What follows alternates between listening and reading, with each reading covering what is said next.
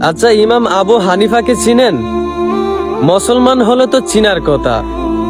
উনাকে যে আল্লাহ কি পরিমাণ জ্ঞান দান করেছিলেন তাই নিয়ে একটা ঘটনা আপনাদেরকে বলি।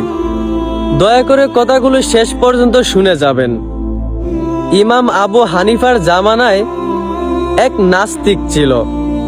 সে আল্লাহ বলে যে কেউ একজন আছে এইটা বিশ্বাস করত না। এই পৃথিবীর সৃষ্টিকর্তা যে কেউ একজন আছে এইটা বিশ্বাস করত না।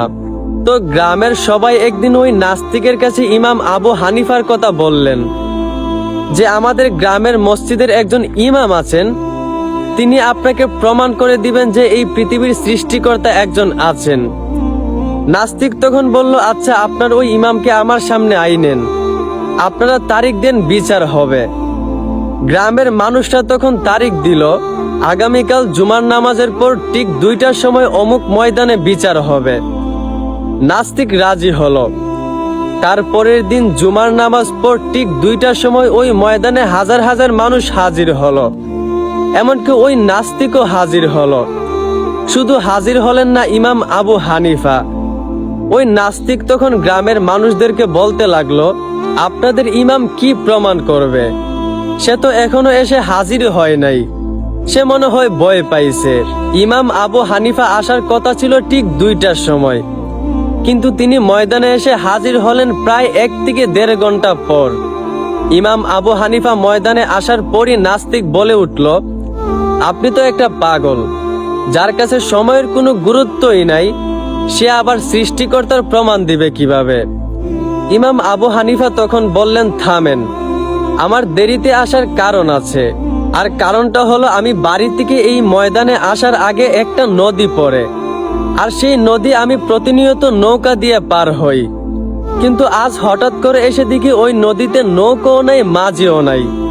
তখন আমি নদীতে দাঁড়িয়ে মাঝির অপেক্ষা করতে লাগলাম। হঠাৎ করে দেখি ওই নদীতে একটা গাছ আমার সামনে ভেসে আসলো। হঠাৎ করে কিছুক্ষণ পর দেখি ওই গাছ থেকে তক্তা হয়ে গেল। আবার কিছুক্ষণ পর দেখি হঠাৎ করে ওই তক্তাগুলো আপনি আপনি জোড়া লেগে একটা নৌকা তৈরি হলো। তারপর আমি সেই নৌকায় উঠে আপনাদের ময়দানে এসে হাজির হলাম। মূলত এই কারণেই আমার দেরি হয়েছে। গাছ আমার সামনে এসেছে, সেইটা থেকে তক্তা পরিণত হয়েছে, তক্তা থেকে নৌকা পরিণত হয়েছে, সবকিছুই আপনি আপনি হয়েছে, তাই একটু দেরি হয়েছে। এইটা শোনার পর নাস্তিক আবু হানিফাকে বলে উঠলেন, আপনি তো একটা পাগল, আপনি তো একটা হাদারাম। আপনি আপনি কি কখনো কোনো জিনিস হয়? আপনি আপনি কি কখনো একটা নৌকা তৈরি হয়? অবশ্যই একটা নৌকা তৈরি করতে মানুষ লাগে, অবশ্যই একটা নৌকার মালিক থাকে। এইটা শোনার পর আবু হানিফা বললেন, এই তো আপনি এখন লাইনে আসছেন। সামান্য একটা নৌকা যদি আপনি আপনি তৈরি না হয়, সামান্য একটা নৌকারও যদি একটা মালিক থাকে, তাহলে এই যে এত বড় পৃথিবী, এই যে এত বড় আসমান, এত বড় জমিন, এই যে এতগুলা মানুষ, তারা কি আপনি আপনি তৈরি হয়ে গেছে? অবশ্যই তাদের একজন সৃষ্টিকর্তা আছে। আপনি আপনি যদি একটা সামান্য নৌকাও তৈরি না হয়, একটা নৌকারও যদি মালিক থাকে, তাহলে এত বড় আসমান জমিন, এত বড় একটা পৃথিবী কিভাবে আপনি আপনি তৈরি হবে? অবশ্যই সেই পৃথিবীর একজন সৃষ্টিকর্তা আছে, অবশ্যই এই আসমান জমিনের একজন সৃষ্টিকর্তা আছেন। এইটা শোনার পর নাস্তিক অবাক হয়ে বলে উঠল, আসলেই তো আমি তো কখনো এইভাবে ভেবে দেখি নাই। আসলে আপনি পাগল না, মূলত আমিই একটা পাগল, আমি একটা হাদারাম, আমি কখনো এইভাবে ভেবে দেখি নাই। শেষ পর্যায়ে নাস্তিক ইমাম আবু হানিফার কাছে হার মানল।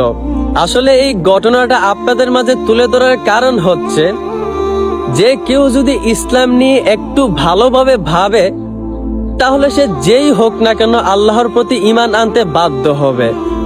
যাই হোক, আশা করি আমার কথাগুলো বুঝতে পারছেন। আর ভালো লাগলে অবশ্যই ভিডিওটি শেয়ার করবেন। ধন্যবাদ।